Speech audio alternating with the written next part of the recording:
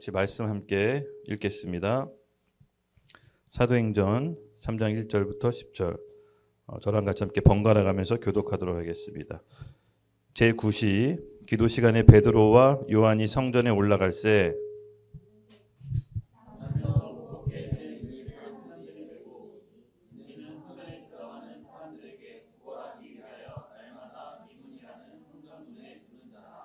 그가 베드로와 요한이 성전에 들어가려 함을 보고 구걸하거늘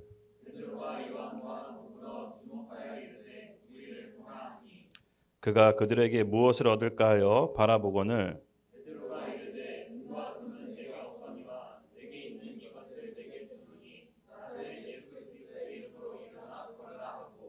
오른손을 잡아 일으키니 발과 발목이 곧 힘을 얻고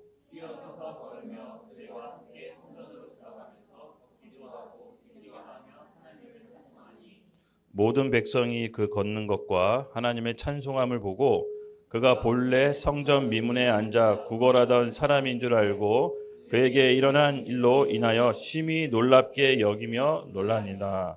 아멘. 아멘.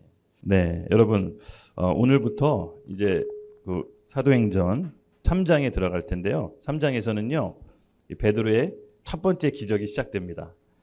여러분 베드로는요 수식어가 많습니다. 베드로의 수식어 중에 인류 최초로 무리를 걸은 남자입니다. 어마어마하죠. 이제 베드로는 성령의 충만을 받고 더 이상 쫄장부가 아니라 정말 오순절날 하나님의 사람으로 우뚝 서게 됩니다.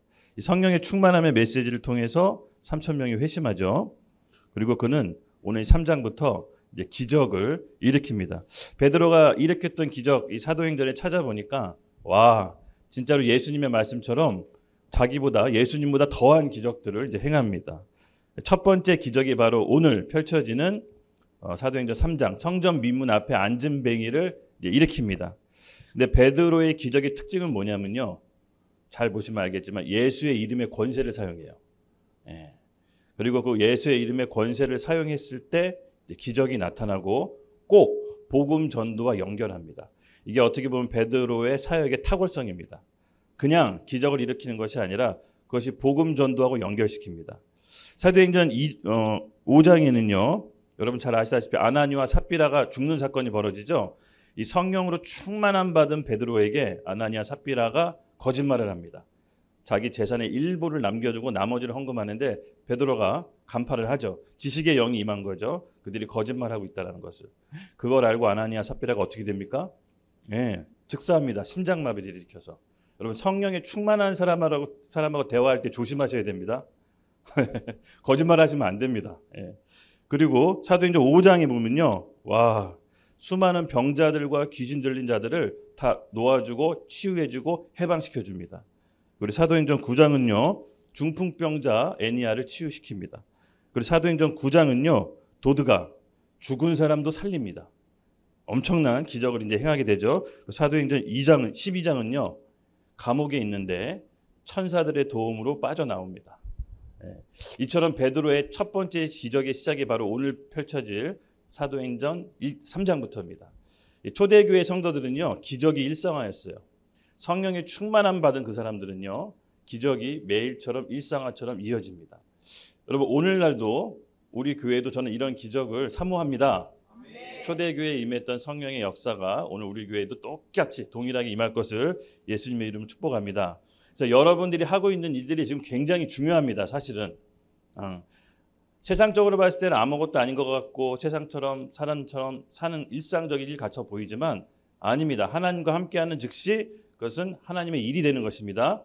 그래서 오늘 베드로가 예수의 이름의 권세를 사용했을 때 일어나는 그 기적들을 우리 같이 체험함으로 오늘 우리에게도 일상에도 예수의 이름의 권세가 무엇인지를 실질적으로 믿는 그런 시간이 되기를 예수님의 이름으로 축복합니다. 지난 시간 잠깐만 살펴보고 갈게요. 지난 시간 우리 부흥의 시작이란 주제로 이 아기가 출산하는 그 엄마 뱃속에서 출산하는 과정을 통해서 부흥의 이런 과정을 좀 같이 살펴봤습니다. 그렇죠? 이 남자의 정자와 여자의 난자가 만나서 이제 수정이 되죠. 그 다음에 이제 배아로 세포 분열이 일어납니다. 그 다음에 태아가 되죠. 그리고 10달 엄마 뱃속에 있다가 출산하게 됩니다. 이런 과정이 어떻게 보면 부흥에 이르는 과정하고 굉장히 동일한데요. 베드로가 오순절 설교로 말씀의 씨를 심습니다. 그 말씀의 씨를 3,000명이 받죠. 마음에 받습니다. 그리고 회심합니다. 이것이 정정한 난자가 수정하는 것과 같습니다. 하나님의 말씀이 우리 심령 가운데 심겨질 때 우리는 회심하게 됩니다. 그리고 수정과 같은 똑같은 하나님의 말씀이 우리 마음 가운데 잉태되게 됩니다. 그리고 나서 그들은 3,000명이 공동체로 만들기 시작합니다. 베드로는 그 사도들과 함께 이들을 그냥 내버려 둔 것이 아니라 공동체를 통해서 배화 과정을 겪게 되는데 그것이 어떻게 됐다고요? 사도들이 가르쳤다고 합니다. 그렇죠? 그리고 떡을 떼고 나눠주고 그다음에 뭐라고 합니까? 기도에 힘썼다고 합니다. 기도에 힘썼다라고. 이것이 바로 이제 배화 단계인데요.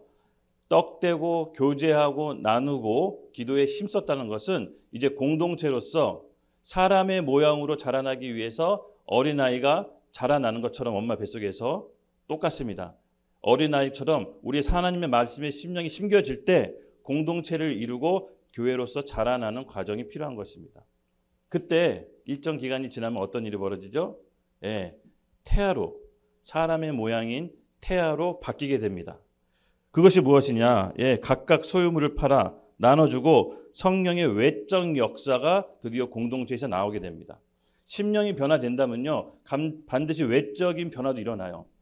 떡을 떼고 나눠주고 자기 소유물을 팔고 서로 함께 나누는 약간 세상에서 볼 수 없는 경제 시스템이 이 공동체 가운데 나오게 됩니다.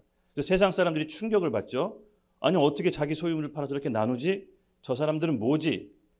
이렇게 세상과 구별되게 살아갑니다. 이것이 바로 성령의 외적 역사, 성령의 충만함으로 나타나게 되죠. 그리고 능력으로도 나타납니다. 이것이 바로 이제 태아 단계라고 보면 그 다음에 엄마 뱃속에서 열다 있다가 출산하는 과정이 있는데 그 출산은 양적 부흥을 얘기합니다. 숫자적인 부흥을 얘기하는데 말씀에 이렇게 나와 있죠. 날마다 구원받는 사람을 더해 주시더라. 비로소 태아가 엄마 뱃속에서 출산하는 과정으로 양적 출산이 이루어지게 되는 것입니다. 이렇게 지난 시간 태아가 출산하는 과정을 통해서 부흥의 과정을 잠깐 살펴봤습니다. 그래서 오늘은 이 베드로가 이 기적을 첫 번째 시작하는 장면이 이제 펼쳐집니다. 바로 이제 성전 미문 앞에 앉은뱅이를 일으키는 유명한 장면이죠. 네, 오늘의 주제가 같이 한번 읽어볼까요? 오늘의 주제가 있습니다. 함께 읽겠습니다. 시작. 사람의 근본 문제. 부제로는 하나님과 분리된 사람의 실상. 맞습니다. 이 성전 미문 앞에 앉은뱅이의 모습은요, 우리에게 상징하는 게 있는데요. 그것이 뭐냐? 하나님과 분리된 인간의 실성을 그 누구보다도 적나라하게 보여줍니다. 누구의 도움 없이는 결코 일어설 수도 움직일 수도 없는 인간의 무력함, 사람의 근본 문제를 다루고 있습니다. 베드로는 이 너무나도 잘 알고 있습니다. 지나가는 베드로에게 이 구걸하는 사람이 돈을 달라고 구걸합니다. 근데 베드로가 어떻게 했죠? 너에게 진짜 필요한 건 금과 은이 아니야. 돈이 아니야. 바로 인간의 근본 문제를 건드립니다. 진짜 뭐가 중요한지를 앉은뱅이에게 알려줍니다. 오늘 우리가 우리 말씀을 들을 때 정말 나에게 필요한 게 뭔지 다시 한번 생각해보는 계기가 됐으면 좋겠습니다. 사실은 이 앉은뱅이는 우리를 상징합니다. 우리. 여러분, 이 베드로가 이 첫 번째 구원에서 아까도 얘기했지만 공통적인 특징이 있는데 기적을 행할 때 예수의 이름을 권세를 사용한다는 거 여러분 잊지 마시고 오늘 설교 말씀을 들으셔야 돼요. 마지막 기도할 때 우리가 예수의 이름을 실질적으로 권세를 사용할 겁니다. 우리 같이 1절 본문 말씀 들어가겠습니다. 1절부터 2절 함께 읽겠습니다. 시작. 제9시 기도 시간에 베드로와 요한이 성전에 올라갈새 나면서 못 걷게 된 이를 사람들이 메고 오니 이는 성전에 들어가는 사람들에게 구걸하기 위하여 날마다 미문이라는 성전문에 두는지라. 아멘, 아멘. 맞습니다. 베드로가 제9시에 성전으로 향하고 있습니다. 요한과 함께 하나님께 예배드리러 가는 거겠죠. 근데 그 성전 앞에 미문 앞에 늘 앉은뱅이가 앉아 있습니다. 이 앉은뱅이가 성전에 들어갈 수 없는 이유는 있습니다. 그때 당시 유대 세계관에서는요, 장애인은 부정하다고 생각해서 하나님께 예배 드리러 갈 수 없었습니다. 그래서 성전 앞에 대기할 수밖에 없었죠. 그가 하는 일이라고는 사람들 앞에 구걸하는 일이었습니다. 바로 인간이 하나님이 떠난 무력함, 죄에 대한 처참한 결과를 적나라하게 상징하는 것입니다. 우리 요한복음 9장 2절 한번 볼까요? 네. 함께 읽겠습니다. 시작. 제자들이 물어 이르되 라삐여 이 사람이 맹인으로 난 것이 누구의 죄로 인함이니까? 자기이니까 그의 부모니까? 네, 이 유대인의 당시 세계관이 잘 엿볼 수 있는데요. 여러분, 장애인들은요 죄로 인해 벌어졌다고 생각했습니다. 지금으로 생각하면 좀 상상할 수 없는데, 그러니까 부모의 죄든 본인의 죄든 죄의 결과로 장애를 입었다라고 생각했어요. 네. 그래서 성전 안에서 예배드릴 수 없게끔 장애인은 따로 분리시켰습니다. 지금으로 따지면 좀 무서운 얘기죠. 근데 이때 당시 유대인은 그렇게 생각을 했었어요. 그래서 죄는 곧 뭐냐? 하나님과의 분리를 뜻합니다. 그 하나님과의 분리된 인간은 안진뱅이처럼 스스로 일어날 수도 없고 움직일 수도 없는, 누군가의 도움이 주지 않으면 결단코 혼자 살아갈 수 없는 상태를 말하는 것입니다. 이것이 저는 그냥 근본 문제라고, 사람의 근본 문제라고 저는 표현합니다. 예, 맞습니다. 사람은 결코 자기 스스로 해결할 수 없는 근본 문제가 있습니다. 예, 저는 크게 세 가지로 이제 축약해서 설명하는데, 사람 스스로 해결할 수 없는 게 여러분 생각보다 굉장히 많습니다. 근데 그 모든 이면에 근본 문제가 있는데, 첫째, 인간 스스로 해결할 수 없는 거, 죄 문제입니다. 죄. 죄는 인간 스스로 해결할 수 없습니다. 여러분, 천국은 누가 갑니까? 네, 죄 문제를 해결하는 사람이 가는 곳입니다. 그럼 반면에 지옥은 누가 가게 됩니까? 아멘. 죄 문제를 해결하지 못한 사람이 가는 곳이 지옥입니다. 즉, 착한 일 열심히 하고 선행 많이 하고 구제 봉사 열심히 했다고 해서 갈 수 있는 곳이 천국이 아닌 것입니다. 하나님은 하나님 만나는 길을 스스로 정해 놓으셨습니다. 이 길 외에는 다른 길이 없다라고 말씀하십니다. 그것이 우리가 인정하건 인정하지 않건 하나님이 만들어 놓은 창조 질서고 창조의 원리입니다. 그래서 지옥도 내가 선택하게 해서 가는 창조 원리 안에 있는 것입니다. 사실은 하나님이 우리가 이 땅에 살아가는 동안 수많은 기회를 주십니다. 우리가 하나님을 떠나고 벗어났을 때 믿는 의인들을 우리 삶에 계속 보내주시고 메시지를 던지십니다. 돌아오라, 돌아오라, 돌아오라. 다만 본인이 선택으로 인해서 천국과 지옥으로 가는 것이지 이것을 거스러서 살 수는 없는 것입니다. 왜냐? 하나님은 영적인 질서와 권위로 이 세상을 돌리시기 때문입니다. 할렐루야. 예. 그래서 모든 우리가 죄의 문제라고 했을 때 이 윤리 도덕적 기준으로 판단하면 큰 오류에 빠집니다. 예. 우리 죄라고 하면 형법상 조문을 어겼을 때 죄라고 인식하죠. 뭐 도둑, 절도죄, 강간죄, 사기죄, 뭐 이런 수많은 죄목이 있는데 그 죄목을 어겼을 때 우리는 죄라고 얘기합니다. 근데 그 수많은 죄는 죄의 열매라고 성경은 말합니다. 예, 그건 죄의 열매고 그 죄를 일으키는 근본적인 죄가 있는데 그 죄는 말씀에 나와 있습니다. 요한복음 16장 9절을 함께 읽겠습니다. 시작. 죄에 대하려면 그들이 나를 믿지 아니하며. 죄의 근본을 얘기하고 있습니다. 그렇죠? 우리가 생각하는 죄들은 사실은 죄의 열매입니다. 그럼 그 죄의 열매를 일으키는 근본적인 죄가 있는데 예수님을 거부한 죄, 예수님을 믿지 아니한 죄, 이 죄에 나머지 죄가 파생되는 것입니다. 여러분, 이 인식이 우리 안에 확실히 있어야 됩니다. 이것이 죄에 대한 근본 문제입니다. 두 번째 근본 문제가 있습니다. 이 죄에 대해서 결과로 어떻게 우리가 되냐? 죽음입니다. 죽음. 죽음은 인간 스스로 극복할 수 없는 두 번째 근본 문제입니다. 많은 종교와 철학이 이 죽음에 대해서, 죄에 대해서 해결하려고 노력했지만 결국 해결할 수 없습니다. 어떤 철학자도 어떤 종교도 이 죄 문제, 죽음의 문제를 단번에 명확하게 얘기해 주는 종교는 없습니다. 이슬람도요, 굉장히 두렵습니다. 이슬람도요, 결국은 자기가 착한 일, 좋은 일, 이 생에 살면서 알라한테 저울을 재봐서 착한 일 쪽으로 저울이 기울면 천국 가고 나쁜 일 쪽으로 저울이 기울면 지옥 가는 평생 두려움 가운데 살게 됩니다. 그렇지만 우리 말씀에는요, 죄로 인해 죽음이 왔다라고 명확하게 얘기합니다. 원래는 죽는 존재가 아니었습니다. 우리 말씀을 같이 읽겠습니다. 로마서 26장 23절 시작. 죄의 삭은 사망이요 하나님의 은사는 그리스도 예수 우리 주 안에 있는 영생이라. 아멘. 죄의 싹, 그 결과로 죽음이 왔다라고 말씀을 얘기하고 있습니다. 하나님의 은사, 하나님의 선물은 뭐라고요? 그리스도 우리 주 예수 안에 있는 영생이라. 이렇게 하나님께서는요, 살 길을 우리에게 열어주셨습니다. 죄의 결과로 인해서 원래 없던 죽음이 인간 세상에 들어왔죠. 창세기 3장 19절 이렇게 얘기합니다. 원죄의 시작을 얘기하는데 우리 함께 읽겠습니다. 시작. 내가 흙으로 돌아갈 때까지 얼굴에 땀을 흘려야 먹는 것을 먹으리니 내가 그것으로 취함을 입었습니다. 너는 흙이니 흙으로 돌아갈 것이니라 하시니라. 아멘. 죄를 범한 인간은요, 하나님과 분리됐고 그 결과 흙으로 돌아가는 죽음이 임하게 됩니다. 비참한 거죠. 바로 인간 스스로 해결할 수 없는 근본 문제 두 번째, 죽음 문제입니다. 그리고 세 번째인데요, 어떻게 보면 이게 좀 가장 중요하다고 봅니다. 하나님과의 분리입니다. 우리 이사야서 59장 2절 말씀 함께 읽겠습니다. 시작. 오직 너희 죄악이 너희와 너희 하나님 사이를 갈라놓았고 너희 죄가 그의 얼굴을 가리켜서 너에게는 듣지 아니하게 합니다. 아멘.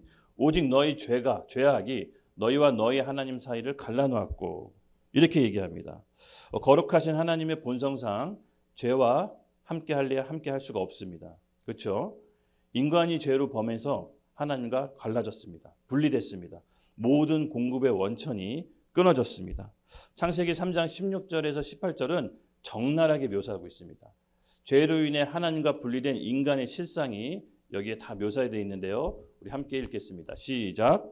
그 여자에게 이르시되 내가 내게 임신하는 고통을 크게 더하리니 네가 수고하고 자식을 낳을 것이며 너는 남편을 원하고 남편은 너를 다스릴 것이니라 하시고 하나님이 이르시되 네가 내 아내의 말을 듣고 내가 네게 먹지 말라 한 나무의 열매를 먹었은즉 땅은 너로 말미암아 저주를 받고 너는 내 평생에 수고하여야 그 소산을 먹으리라.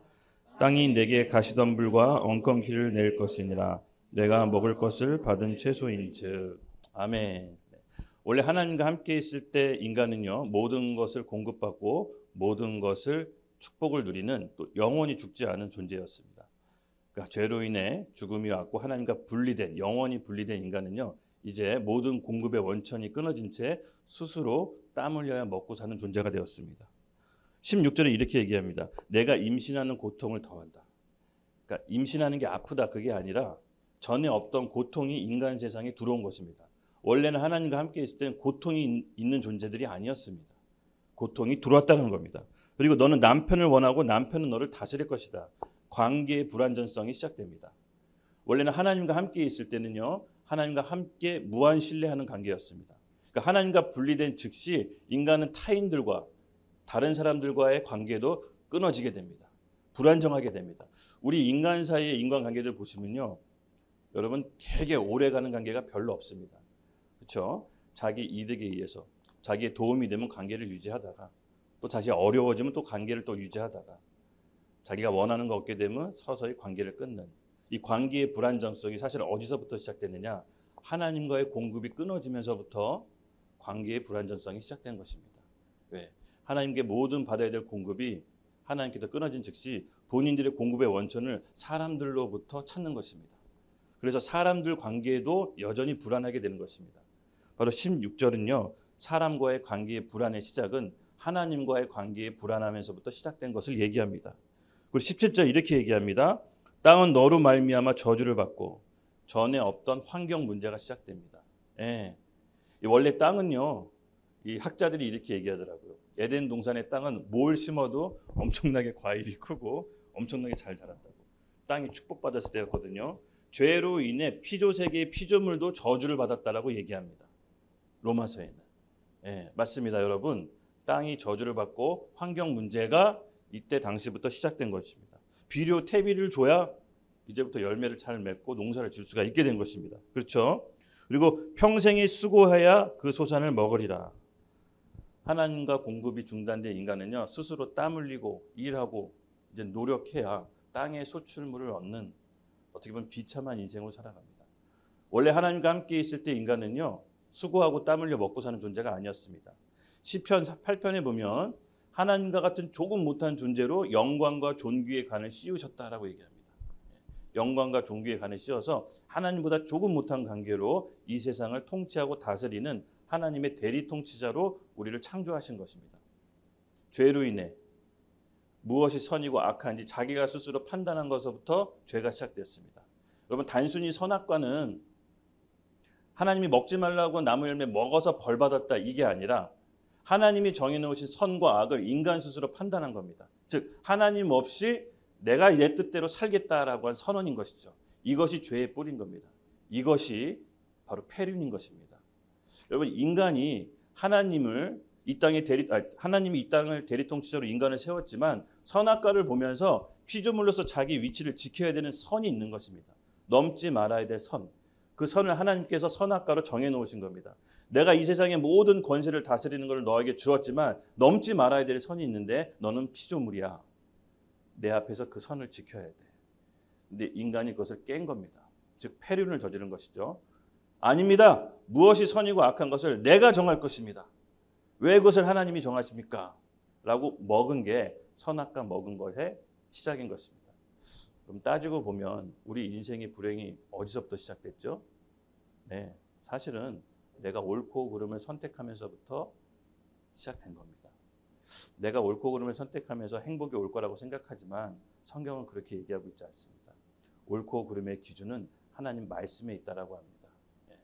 이 세상 풍토도 그렇습니다. 하나님이 선과 악을 정해놓으신 기준들이 있습니다. 그렇죠? 간통죄, 낙태죄 이런 모든 것들이 하나님께서는 기준으로 정해놓으셨는데 인간 스스로 행복하고자 그 기준들을 어기고 사람이 하나님의 선을 악으로 바꾸고 하나님의 악을 선으로 바꿨을 때 행복한 세상이 됐나요? 네, 더 어지럽고 힘들고 불행한 세상이 됩니다. 마찬가지입니다. 사람도 하나님이 함께 있을 때 자유롭고 행복한 것입니다. 내가 무엇이 옳고 그름을 판단하는 순간 모든 공급의 원천이 끊어진 것입니다. 그도 그럴 것이 부모가 싫으면 집 나가야죠. 그리고 스스로 먹고 살아야죠. 당연한 이치입니다. 이것이 창조 원리입니다. 똑같습니다. 지금 아담과 하와가 저질렀던 그 죄가 사실 오늘 우리에게도 남아 있는 것입니다. 끊임없이 내가 무엇이 선이고 악인지 판단하고 싶은 이 교만. 이것을 제어하지 않으면요, 우리는 아무리 이 세상에서 자유롭고 행복하게 사는 것처럼 보이지만 사실은 죄의 종노릇하는 인생으로 전락한 것입니다. 이렇게 하나님과 함께 있을 때 모든 것이 만족하고 풍요롭고 행복한 인간이 하나님과 분리되면서부터 모든 고통이 천천히 시작되면서 결국은 그 종말이 뭐냐? 죽음입니다. 죽음. 성경은 그거를 우리에게 적나라하게 얘기해 주고 있습니다. 너의 문제는 한 가지인데 하나님과 분리되면서 봤다. 그리고 문제 해결할 수 있는 길은 유일한 한 가지인데 하나님 다시 만나야 된다. 그 만나는 길을 하나님이 정해 놓으셨는데 예수 그리스도 외에는 만나는 길이 없다. 여러분 이것을 믿으십니까? 네. 이것이 우리 안에 확고히 자리 잡지 않으면요, 우리가 내 뜻대로 사는 것 같이 보이지만 사실 너무나 비참하고 수고하고 무거운 짐을 짊어지고 살아가는 인생이 되는 것입니다. 하나님의 통치 아래서 왕적인 존재가 하루아침에 거지로 전락해서 구걸하는 인생으로 전락한 게 안진뱅이의 모습인 것입니다. 누구의 도움 없이 절대로 일어설 수 없는 그 상태, 하나님과 분리된 인간의 상태가 성전 미문앞 안진뱅이의 상태로 보여주는 것입니다. 할렐루야. 저는 이것을 인간의 근본 문제라고 얘기합니다. 죄, 죽음, 하나님과의 분리. 또 이렇게 하나님과 분리된 인간의 상태가 적나라하게 두 가지가 있습니다. 우리 요한복음 8장 44절 어떻게 묘사하고 있는지 예수님의 진단을 한번 들어보겠습니다. 시작. 너희는 너희 아비 마귀에게서 났으니 너희 아비의 욕심대로 너희도 행하고자 하느니라. 그는 처음부터 살인하는 자요 진리가 그 속에 없으므로 진리에 서지 못하고 거짓을 말하는 때마다 내 것으로 말하나니 이는 그가 거짓말장이요 거짓의 아비가 되었습니다. 아멘. 하나님과 분리된 인간은요 마귀의 자녀라고 예수님이 진단합니다. 너희 아비 마귀다. 맞습니다. 우리가 하나님과 분리된 즉시 영적으로는 죄의 종로를 타고 마귀의 자녀로 전락하게 됩니다. 하나님과 함께 있을 때는 왕 같은 존재로서 영광과 존귀에 관이 씌워 하나님보다 조금 못한 존재로 창조하셨는데, 죄로 인해 하나님과 분리된 인간은 마귀의 종로를 타는 마귀의 자녀가 된다라고 영적으로 진단한 것입니다. 그리고 스스로 해결할 수 없는 그 근본 문제에 빠져 한평생 수고하고 무거운 짐을 짊어지고 살아가는 불쌍한 존재가 바로 하나님과 분리된 인간의 적나라한 실상인 것입니다. 이것을 우리가 인정하고 알고 있어야 문제의 솔루션을 해결할 수가 있는 것입니다.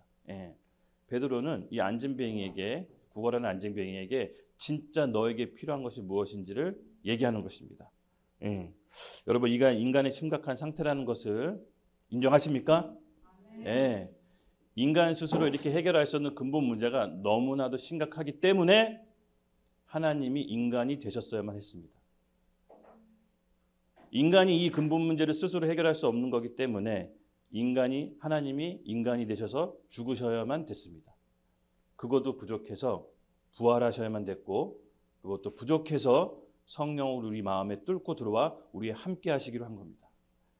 이처럼 우리의 인간인 하나님과 분리된 상태는 너무나도 심각한 것입니다. 우리가 이 사실을 성경 있는 말씀 그대로 듣고 이해해야 됩니다. 그렇지 않으면요, 사람은 계속해서 다른 길과 다른 방법을 찾아요. 그 모습이 예수님이 너무나도 불쌍해서 목자 없는 양과도 같다라고 합니다. 여러분, 이 사실을 영적으로 오늘 바라봐야 됩니다. 할렐루야. 전도는 답이 없는 사람에게 답을 주는 것입니다. 그 사람에게 예수 믿을 수 있도록 설득하는 게 아니라, 너에게 진짜 필요한 게 있는데 은과 금은 내게 없으나 내게 있는 것을 주노니 나사렛 예수 그리스도의 이름으로 일어나 걸으라. 베드로는 그 사람에게 가장 필요한 걸 준 것이죠. 우리 3, 4, 5절 함께 읽겠습니다. 시작. 그가 베드로와 요한이 성전에 들어가려 함을 보고 구걸하거늘 베드로가 요한과 더불어 주목하여 이르되 우리를 보라 하니 그가 그들에게 무엇을 얻을까 하며 바라보거늘. 약간 좀 긴장되는 장면이죠. 성전 미문 앞에 앉은 뱅이가 베드로와 요한을 성전에 들어가는 보고 구걸합니다. 그때 베드로와 요한이 구걸하는 사람 보고 영적인 센서가 작동합니다. 뭔가 감지한 거죠. 그리고 앉은 뱅이한테 이렇게 얘기합니다. 너 나 주목해. 이렇게 딱 눈빛을 마주치는 거죠. 너 나 주목해.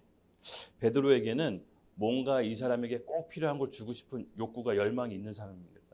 여러분, 베드로는 열정가죠. 베드로는 열정가입니다. 그냥 지나치는 법이 없습니다. 그는 영적인 센서가 민감하게 작동하는 사람입니다. 어떤 상황과 환경과 계기를 통해서 복음을 전달하려고 늘 준비했던 사람입니다.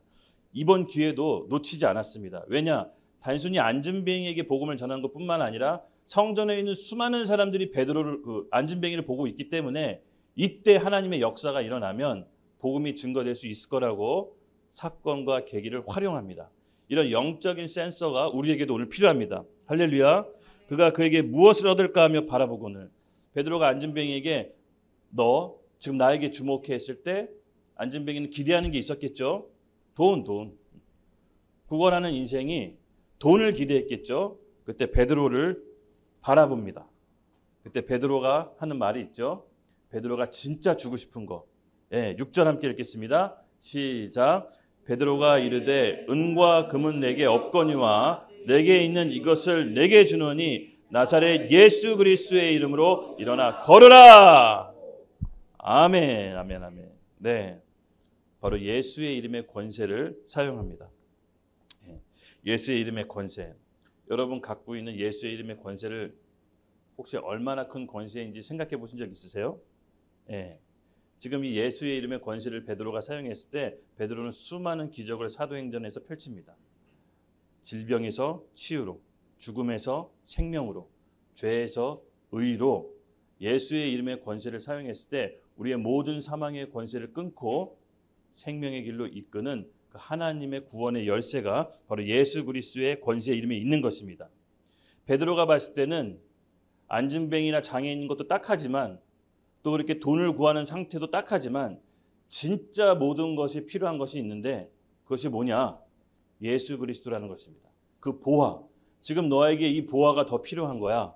당장 네가 돈이 필요한 것처럼 보이지만 아니야. 사실은 그게 아니라 예수 그리스도의 보화가 네 심령에 들어올 때 너는 그 모든 것을 다 이겨낼 수 있어라고 그 인생의 솔루션을 제공하는 것입니다. 아멘. 그랬더니 7절에 어떻게 얘기합니까? 예. 오른손을 잡아 일으키니 발과 발목에 곧 힘을 얻어. 전에 하지 않았던 시도를 하게 됩니다. 전에 하지 않았던 결단을 하게 됩니다. 전에 하지 않았던 결심을 하게 됩니다. 하나님의 말씀이 우리 심령 가운데 꽂힐 때 변하지 않는 사람 전 단 한 케이스도 본 적이 없습니다. 우리 말씀이 심령에 꽂히고 계시로 믿을 때 우리의 삶은 완전히 다른 삶으로 바뀌는 것입니다. 발목과 손목에 힘을 얻어 일어서게 되는 것입니다. 바로 예수의 그리스도의 이름의 권세를 사용했을 때 여러분 이것을 믿으시기 바랍니다. 예, 제가 올해 작년 연말에 여러분들 금식기도 갔다 왔잖아요. 제가 하나님한테 정말로 조금 뭐라 그럴까 혼났다거나 할까? 예, 혼났던 것 같아요. 그렇게 예수를 믿고 사역을 하고 하나님께 인도를 받았다라고 생각했는데 실질적으로 내가 예수의 이름의 권세를 믿지 않았다라는 그런 생각이 불현듯 좀 들기 시작했습니다. 불현듯 들기 시작했어요. 여러분 잘 아시다시피 제가 이제 열흘 금식기도 매년 이제 하잖아요. 근데 이제 요번에는 좀 강화도의 산속에 들어갔는데 한 7일째 되는 날 그 산길 등산로가 없는 길로 갔습니다. 등산로가 없는 길로 가다 진짜 죽을 뻔했어요. 죽다 살아났어요. 예. 죽다 살아나서 간신히 지팡이 짚고 저거 지팡이 짚고 이렇게 올라가는데 진짜로 내가 예수의 이름의 권세를 믿은 적이 있었던가? 뭐 말로는 예수 이름으로 선포한다, 예수 이름으로 명령한다 했지만 실질적으로 믿고 선포한 지는 요번이 처음이었던 것 같아. 예, 요번이 처음이었던 것 같아. 근데 그렇게 지팡이를 짚고 정상에 올랐는데 마음에 충동이 일어나더라고요. 너 그 손에 집은 지팡이 있지? 너 그거 뻗어서 네가 원하는 거 한번 얘기해봐. 이런 마음의 감동이 있었어요. 와, 저거 주순 것도 희한하지만 저거 죽고 올라간 것도 희한하지만 그때 그런 마음의 충동이 든 것도 정말 희한했어요. 그래서 제가 이걸 뻗었어요. 뻗어서 선포한 게 하나 있었어요. 근데 산에 내려오면서 땅을 치며 후회했어요. 100억 달라고 할 걸. 그때 당시에 그런 생각이 안 들었어요. 왜냐면 실제 이걸 선포했을 때 이루어진다는 믿음이 제 안에 들어왔거든요. 저도 본능적으로 외쳤던 게 북한 정권 무너지게 해소서. 이렇게 저거 딱 한마디를 했어요. 나사렛 예수 그리스도 이름 명언이 북한 정권 무너질지어다. 북한 동포들 해방될지어다. 남북통이 이루어질지어다라고 본능적으로 얘기했는데 와, 산길에 내려오면서 한 30년 만에 올까 말까 한 기회였는데 100억 달라고 알고 왜 그랬지? 근데 그런 얄팍한 생각이 들더라고요. 근데 저는 그때 산 정상에서 저걸 휘두르고 예수 이름의 권세를 선포했을 때 저는 영적인 세계에서 이미 이루어진다고 믿습니다. 예, 지금 탄핵 정부, 대통령 다시 석방되고 헌재 재판을 기다리고 이런 모든 과정 가운데 저는 북진 통일의 길이 열어질 것을 믿습니다. 예, 그래서 모든 일이 예사롭지가 않아요. 지금 사실 저 개인적으로는. 그래서 오늘 우리 예수의 이름의 권세를 사용하셔야 돼요. 이 성령의 충만함 가운데 예수 이름의 권세를 실질적으로 사용하세요. 여러분 실질적으로 예수 이름의 권세를 믿으셔야 돼요. 그냥 머리로 알아서 물 푸는 게 아니라 진짜로 믿는 은혜가 있기를 예수님의 이름으로 선포합니다.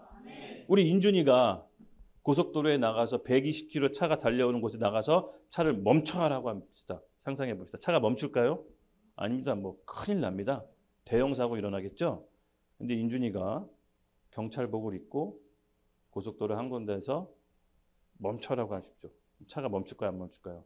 멈추죠. 왜 그렇습니까? 경찰이라는 권세가 있잖아요. 영적인 원리도 똑같습니다.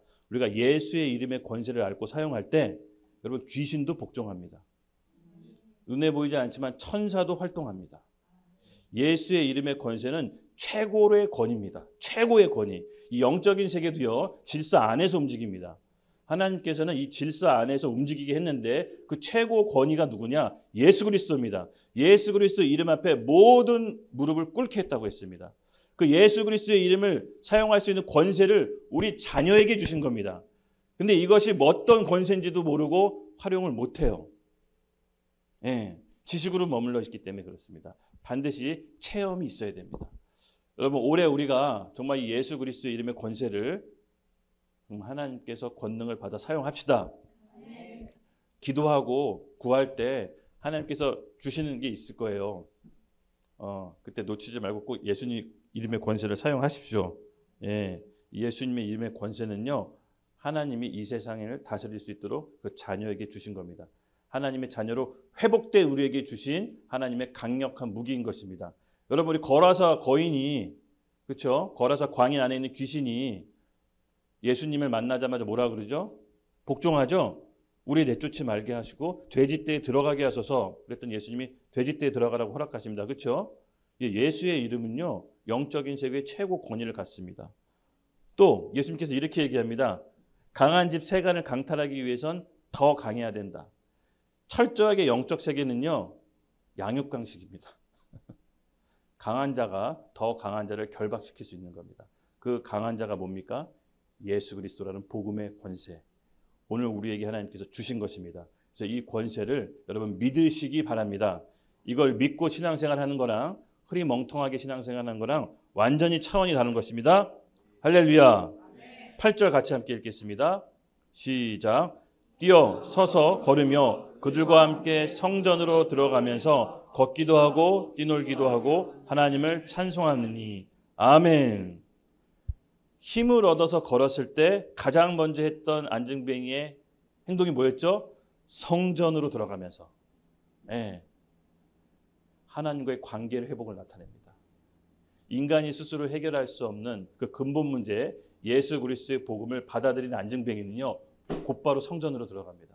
하나님과의 관계가 다시 회복되고 모든 공급의 원천과 연결된 것입니다. 할렐루야. 그 유일한 길은 예수 그리스도의 이름이라는 거 여러분 우리가 잘 아시죠? 네, 여러분 물고기가 물을 떠나면 모든 문제가 오다 죽습니다. 그렇죠? 네. 나무가 뿌리가 박혀 있는 땅에서 분리되면 나무에게 모든 문제가 오다가 결국 나무 천천히 시들어서 죽습니다. 당장은 죽지 않습니다. 바로 죽지 않습니다. 이게 사단의 속임수인데 내가 하나님과 분리돼도 사는데 전혀 지장 없도록 느끼게 하는 게 사단의 전략입니다. 그러나 서서히 죽습니다. 물고기가 다시 사는 방법은 뭐죠? 서울대학교 병원에 입원시켜서 최고의 의료 기술로 살려낼 수 있을까요? 아닙니다. 그냥 물 안에 들어가기만 하면 됩니다. 물고기가 살아갈 수 있는 일은 물속에 들어가는 겁니다. 나무가 살 수 있는 길은 뭐죠? 빨리 뿌리를 땅에 박는 겁니다. 그렇게 돌아갔을 때 나무는 다시 살아날 수 있습니다. 인간도 마찬가지입니다. 인간의 문제는 하나입니다. 하나님과 분리돼서 왔습니다. 그래서 인간의 유일한 근본 문제의 답은 하나입니다. 하나님께 돌아가는 것입니다. 그렇게 하나님께 돌아갈 수 있도록 유일한 길이 뭡니까? 예수 그리스도라는 이름의 권세. 진단과 배경과 처방이 정확하게 있어야 됩니다. 이 하나님과 분리돼서 우리가 갖게 되는 모든 고통이 영적인 배경인 하나님과 분리해서부터 시작된 겁니다. 그래서 하나님 만나는 길로 우리가 진단을 정확히 내려줘야 처방이 이루어질 수가 있는 것입니다. 할렐루야. 그래서 인간은요, 문제는 단순합니다. 하나님과 분리되면서 모든 문제가 시작된 것입니다. 그래서 그 답도 단순합니다. 하나님 만나야 되는데 그 만나는 길이 뭐냐? 예수 그리스도. 그거 외에는 답이 없다라고 예수님이 말씀하십니다. 우리 요한복음 14장 6절 함께 읽겠습니다. 시작. 예수께서 이르시되 내가 곧 길이요 진리요 생명이니 나로 말미암지 않고는 아버지께로 올 자가 없느니라. 아멘. 예수님이 하나님 만나는 유일한 길이고 진리고 생명입니다. 요한복음 20장 31절 함께 읽겠습니다. 시작. 오직 이것을 기록함은 너희로 예수께서 하나님의 아들 그리스도이심을 믿게 하려 하며 또 너희로 믿어 그 이름으로 힘입어 생명을 얻게 하려 함이니라. 아멘. 예수님은 이 성경 기록의 목적을 말씀하십니다. 이 성경 기록의 목적이 뭐냐? 너희로 예수님이 하나님의 아들이심을 믿어 영생을 얻게 하는 게 성경 기록의 목적이다. 할렐루야. 아멘. 우리가 예수님을 믿음으로써 그의 자녀가 되는 우리에게는 영원한 생명을 주시겠다라고 담보하십니다. 우리는 이 말씀을 믿음으로 하나님의 자녀가 됐음을 우리는 압니다. 그리고 우리에게 주어진 강력한 무기 예수 그리스도의 이름의 권세. 네. 여러분 우리가 예수 이름의 권세를 우리 같이 이제 기도하면서 사용했을 때 우리 안에 막혀있던 모든 문제가 풀리기를 예수님의 이름으로 축복합니다. 지금은 은혜의 때입니다. 은혜의 때. 제가 받은 감동은요. 이 예수 그리스도의 이름의 권세를 사용하고 하나님과 분리되었다면 다시 돌아오는 은혜의 때입니다. 이 기간을 놓쳐서는 안 됩니다. 여러분. 하나님도요. 하나님의 허락하신 은혜에 기간이 있는 것입니다. 그 기간이 닫히게 되면 그 다음에 어떻게 되죠? 심판으로 들어가는 것입니다. 그래서 우리 하나님이 허락하신 은혜의 때 하나님의 밧줄, 동아줄을 붙잡아야 되는 것입니다. 할렐루야. 그 동아줄이 뭐냐? 여러분 잘 생각해 보세요. 우리 주변 사람들이에요. 하나님이 내 인생 가운데 보내주셨던 나의 사람들, 나의 친구들, 나의 가족들. 예. 우리가 동아줄이 돼서 그 사람들을 또 찾아가야 되는 것입니다. 이 성전 미문 앞에 앉은 뱅이는요. 곧바로 일어서자마자 본인이 정말로 하고 싶었던 거. 자기는 죄인이라 정죄받고 하나님 앞에 예배 한번 드릴 수 없던 그 인간이 바로 정상인이 되자 성전으로 들어갑니다. 그것이 바로 성전 미문 앞에 있는 앉은뱅이의 갈망이었습니다. 여러분 우리는 누구는 앉은뱅이 같은 사람이 있을 수 있고요. 우리 중에 누구는 베드로와 같이 동아줄이 되어줘야 될 사람들이 있습니다. 여러분 안에서 오늘 우리가 이 말씀을 받는다면 내 역할을 포지션을 어떻게 해야 될지 한번 생각해 보십시오. 어떤 사람은 베드로와 같은 역할을 할 수도 있고 어떤 사람은 내가 앉은뱅이와 같은 처지에 있는 사람이 있을 수가 있습니다. 지금은 은혜의 때입니다. 여러분. 그래서 우리 다음 구절을 통해서 하나님께서 베드로를 어떻게 사용하시는지 함께 살펴보겠습니다. 9절 10절입니다. 시작. 모든 백성이 그 걷는 것과 하나님을 찬송함을 보고 그가 본래 성전 미문에 앉아서 구걸하던 사람인 줄 알고 그에게 일어나 심히 놀랍게 여기며 놀랍니다. 아멘. 베드로의 어떻게 보면 이제 탁월성인데요. 그 사건과 계기를 놀랍게도 복음 전도로 활용합니다. 단순히 여러분 은사는 하나님께서 우리에게 주신 선물이지만 그 은사를 여러분 영혼 구원에 쓰셔야 됩니다. 영혼 구원의 포커스에 맞추지 않으면요. 그 은사가 우리에게 독이 될 수도 있습니다. 하나님 우리에게 은사를 주실 때는요. 영혼 구원하라고 주시는 선물인 것입니다. 그래서 여러분 안에 은사가 있습니다. 그 은사가 하나님께서 주신 게 뭔지를 한번 잘 생각해 보세요. 그리고 받은 게 있으시다면 감추지 말고 적극 활용하십시오. 은사는 개발해야 됩니다. 훈련을 통해서도 개발이 가능합니다. 그래서 변화된 앉은뱅이의 모습을 보고 사람들이 어떻게 여겼죠? 놀랍니다. 저 사람 성전 앞에 미문 앞에 앉아있는 앉은뱅이 아닌데 어떻게 걸을 수 있단 말이냐? 사람들이 크게 놀라죠. 바로 전도로 이어집니다. 영혼 구원으로. 변화받은 사람의 간증은 강력한 복음의 전달 매개체가 됩니다. 여러분 우리의 간증이요. 우리가 하나님과 함께 있을 때는 그 간증은요. 하나님의 전도 도구로 사용하시라고 하나님과 함께 간증을 만든 것입니다. 그냥 내가 하나님하고 좋은 추억이 있어 이 정도로 끝나는 게 아니라 그 간증이 있으시다면 여러분 다른 사람에게 꼭 전하십시오. 간증은 복음 전도로 하나님께서 우리에게 주신 겁니다. 할렐루야. 그래서 간증하고 싶거나 간증할 일 있으면 저한테 얘기해 주세요. 여기서 간증하게끔 해드릴게요. 간증이 있어야 그 불신자들이 굉장히 은혜 받. 실질적으로 목회 연구에 따르면 불신자들이 가장 은혜 받는 게 뭐냐면요. 물론 메시지도 있고 말씀도 있는데 간증을 통해서 은혜를 많이 받는다고 해요. 그래서 여러분 간증을 증인의 삶 가운데 우리 숙제가 있어요. 사실은 자기만의 간증문을 만들어야 됩니다. 하나님과 만났을 때. 아까 우리 광고에 보면 일본의 아울리치 가잖아요. 이제 증인의 삶 훈련하신 분들 모두 해당이 되는데 거기가 아하사키와 시 소설 빙점 아세요? 미우라 아야코 이 소설 빙점의 어떻게 보면 고향 그분의 이제 거기 고향인데 그분이 거기서 원죄에 대해서 이 책을 쓴 게 이제 빙점인 거죠. 근데 그 고향이 굉장히 아름답습니다. 어머니는 갔다 오시고 천국과도 갔대요. 이제 저희가 일본을 통해서 이 아울리치 훈련, 복음 전하고 간증하는 훈련을 할 겁니다. 우리 작년에 여기 오명원 형제 가서 간증했어요. 엄청난 간증을 거기서 하고 많은 일본인들에게 감동을 주고 돌아왔죠. 할렐루야. 맞습니다. 올해는요, 그 훈련을 교회적으로 같이 할 겁니다. 진짜로 여러분, 일본은요 인구가 1억 2천인데요 복음화 비율이 1%도 안 돼요. 바로 옆 나라가 엄청난 거대한 미전도 종족입니다. 멀리 갈 것도 없어요. 예, 엄청나게 미전도 종족인데 복음을 아직 모릅니다. 그래서 우리가 가서 우리가 받은 이 훈련을 그냥 머리로 지식적으로 알고 있는 게 아니라 실질적으로 일본 가서 일본 영혼들에게 전하고 올 겁니다. 일본 교회에 있는 형제 자매들과 같이 한 팀이 돼서. 기대되시죠? 네, 할렐루야. 하나님께서 이게 모든 게 정말 우리에게 계속해서 은혜를 주시는 것 같아요. 그래서 아까 그 일정 나와 있는 거 보면 혹시 직장에서 휴가 낼 수 있으신 분들은 지금부터 이렇게 조율해 주시면 좋을 것 같아요. 진짜 좋아요. 근데 마침 그 원래는 삿포로 공항에 내려서 2시간 이렇게 가야 되는데 아사키와 공항이 생겼대요. 인천하고 직항로가. 그래서 바로 내리면 교회까지 25분. 직항로가 생겼다고 합니다. 그래서 작년 10월에 마치 전도 오라고 이렇게 하나님이 문을 열어주신 것 같아요. 그래서 이번에도 우리가 단단히 준비해서 정말로 전도할 때 외지에 나가서 전도하는 거 굉장히 좋아요. 아는 사람한테 가면 좀 뻘쭘하잖아요. 어차피 한 번 하고 올 거, 모르는 데서 가는 거 화끈하게 하고 옵시다. 할렐루야. 아멘. 그래서 가급적이면 전부 다 지금부터 일정을 조율해 주시면 좋을 것 같습니다. 신앙은요, 체험을 통해서 우리 믿음이 증가됩니다.